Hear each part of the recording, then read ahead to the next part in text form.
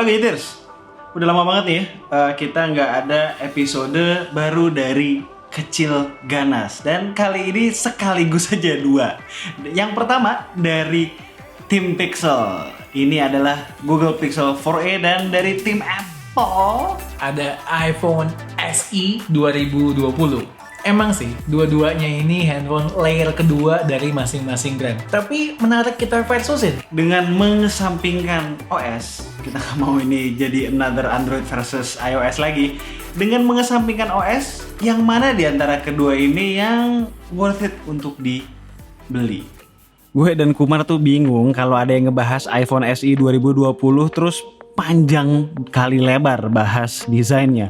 Ini desain jadul yang udah bertahun-tahun. Basisnya dari iPhone 6 tapi di-enhance lagi saat iPhone 8 keluar.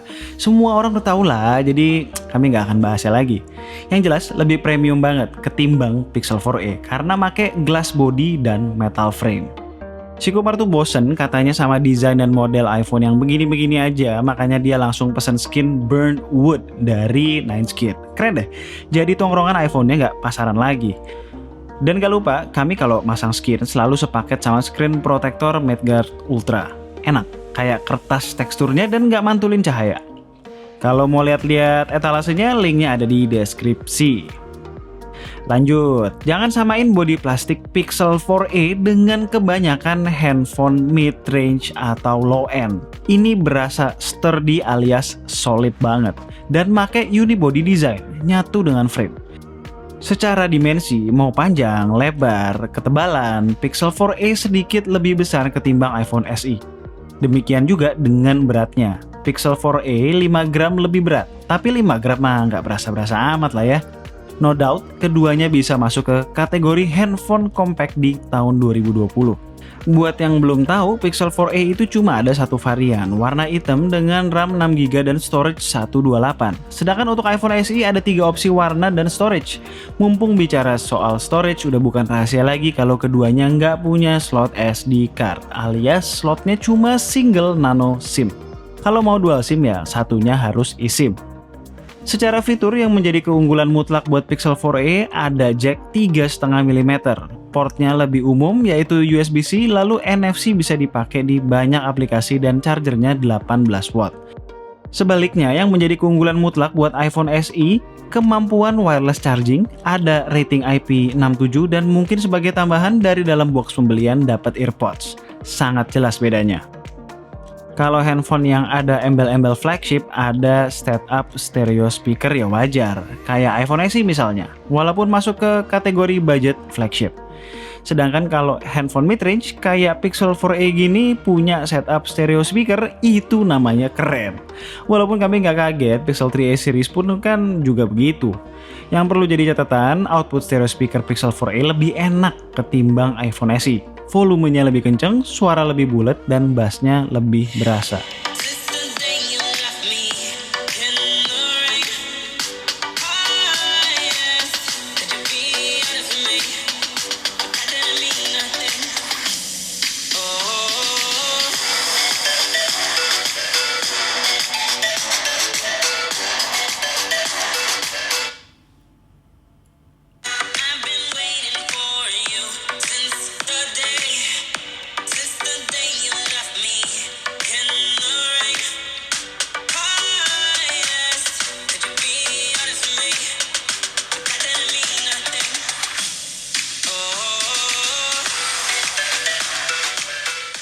Nggak jarang, kualitas layar bisa jadi deal breaker buat sebagian orang. Nggak ragu, dari semua angle Pixel 4a menang mudah untuk urusan yang satu ini, jomplang bahkan. Ukuran layarnya lega, 5,8 inch, masuk ke kategori layar bezel-less. Dan yang paling penting layarnya udah resolusi Full HD Plus dan menggunakan panel OLED. Tapi perlu diingat, sensor fingerprintnya belum di dalam layar, ada di bodi belakang. Di ring sebelah, layar 4,7 inch berasa sempit banget buat kami berdua yang sehari-hari make Note 20 Ultra dan iPhone obat sakit mah. Layarnya masih IPS pula, bahkan belum beresolusi Full HD. Kalah nih sama handphone mid-range zaman sekarang sekalipun. Bukan berarti ini display jelek. Untuk standar IPS display, layar iPhone selalu salah satu yang terbaik. Tapi tren udah berubah, kawan.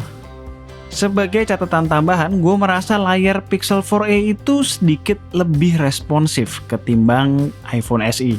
Yang tidak dikorbankan Apple dengan iPhone SE adalah performa. SoC-nya sama kayak iPhone 11 series, A13 Bionic cuy. Bener, performanya ngebut dan gokil. Dipakai main game atau bahkan ngedit, performanya sulit dilawan. Problemnya, layarnya terlalu sempit untuk melakukan kedua hal ini secara leluasa. Dan kalaupun kalian fine-fine aja, ketahanan baterainya bakalan kena hit paling besar. Dengan pola pemakaian medium to heavy, SOT iPhone SE cuma dapat kurang dari 3,5 jam. Nyisa 15%. Maksimal ya bisa 4 jam lah. Mau ngecas juga lama, charger bawaan cuma 5 watt. Tapi gua rasa ini bukan hal baru buat pengguna iPhone sebelum era iPhone 11 series. Harus bersahabat dengan yang namanya power bank. Ngomongin power bank, kalian tahulah ada berbagai macam handphone dengan berbagai macam sistem pengecasan. Qualcomm QC4 Plus, ada VOOC, ada Supercharge, ada Power Delivery 3.0, Dash Charge, dan Motorola Turbo Power. Paling PR nyari sebuah power bank yang bisa support itu semua. Nah, pencarian kami akhirnya berbuah hasil nih. Sekarang ada Acmic Minimax 10.000. Yang kami suka, ukurannya tuh compact, lebih kecil dibandingkan dengan power bank berkapasitas sama yang kebanyakan beredar di pasaran. Bisa nyelip di mana aja dengan gampang. Soal kualitas, Acmic sih nggak diraguin lagi deh. Menarik kan? Buat yang mau beli ada diskon 10% dengan menggunakan kode Minimax-K2-Blibli hanya untuk 100 orang pertama. Jangan kelewatan ya, langsung serbu link di deskripsi. Pixel 4a positioningnya memang bukan handphone flagship, jadi nggak heran sih pakai prosesor mid-range Snapdragon 730G. Ini prosesor lama, udah setahun lebih usianya. Tapi ya memang salah satu prosesor mid-range terbaik saat ini. Untuk daily use, mobile gaming, gue nggak ada menemukan isu sama sekali. Kecuali ada beberapa game yang tampilannya masih belum bisa full screen. Dan settingannya nggak rata kanan. Sedangkan di iPhone SE, settingan gamenya bisa lebih mentok rata kanan dan berasa lebih powerful. Di sisi lain, dengan pola pemakaian yang gak jauh berbeda dengan iPhone SE 2020, di Pixel 4a SOT-nya jauh lebih lama dari si iPhone, bisa mencapai 6 jam. Keren. Apalagi baterainya kecil sebenarnya, cuma 3140 mAh. Keduanya udah menggunakan OS terbaru dari masing-masing kubu. Pixel 4a udah dapat Android 11, udah gue pernah buatin juga ulasannya ya. Dan iPhone SE dengan iOS 14. Udah banyak video yang beredar juga. Kata Kumar, khusus iOS 14 dia satuin aja ntar barengan sama ulasan iPhone 12 nanti. Kalau kalian nyari handphone compact di 2020 dan pertimbangannya untuk dipakai long term, kedua handphone ini no-brainer dari sisi software. Pixel bakalan disupport 3 tahun ke depan, iPhone minimal 4-5 tahun. Di tengah ramainya handphone mid-range yang jumlah kameranya udah sampai 4, handphone keluaran Apple dan Google ini kameranya cuma 1. Kenapa? Ya gue yakin mereka paham, soalnya kalau handphone kameranya banyak tapi tidak diimbangi dengan kualitas, itu cuma jadi bahan jualan spek di brosur aja. Di sisi lain tentunya juga memudahkan kami, nggak perlu bahas kamera lain yang tidak menambah added value ke dalam sebuah smartphone. Bravo untuk Apple dan Google.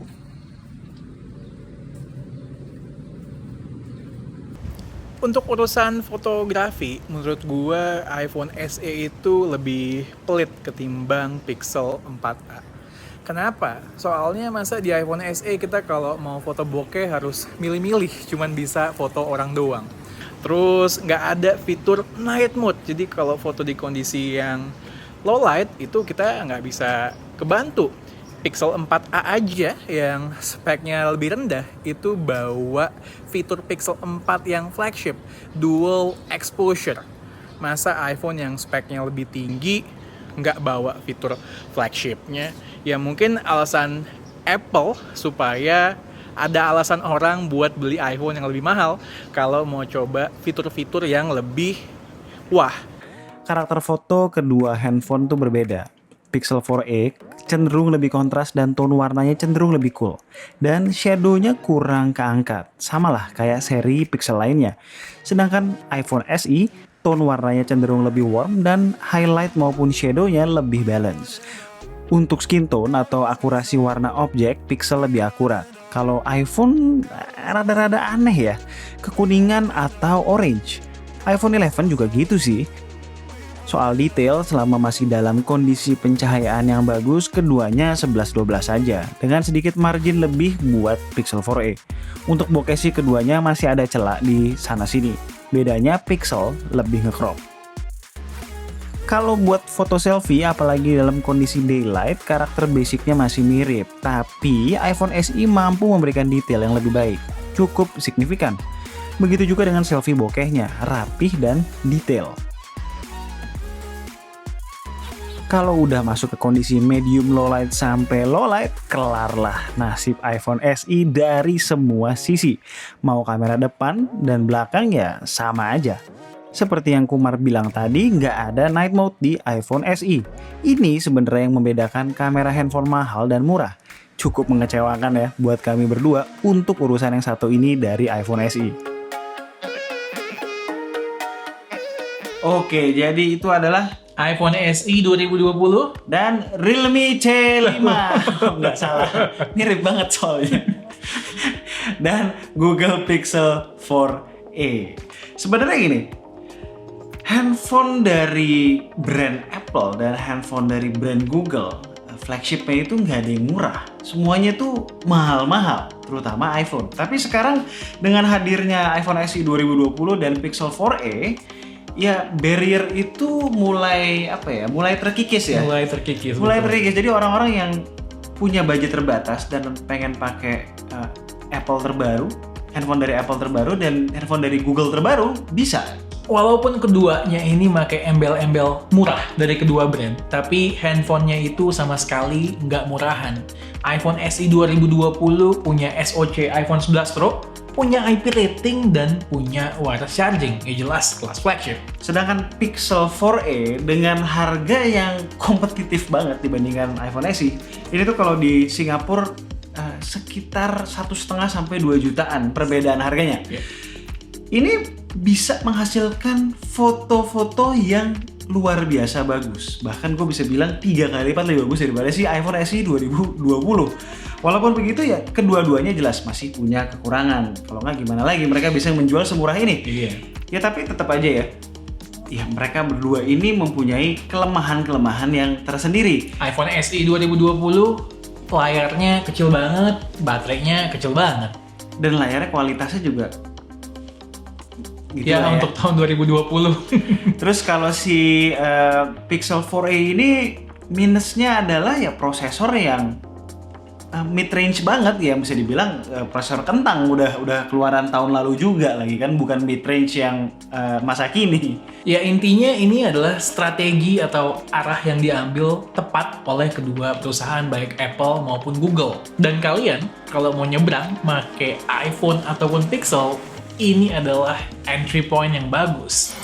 As always, kalau kalian suka dengan video kami, boleh klik like, share, dan subscribe. Jangan lupa klik icon bell yang di bawah supaya kalau kita ngeluarin video baru, kalian langsung tahu. Kalau mau tanya-tanya mengenai kedua handphone compact terbaik di 2020 ini, boleh drop komen di bawah. Dan tunggu racun-racun kami berikutnya. bye guys. Bye.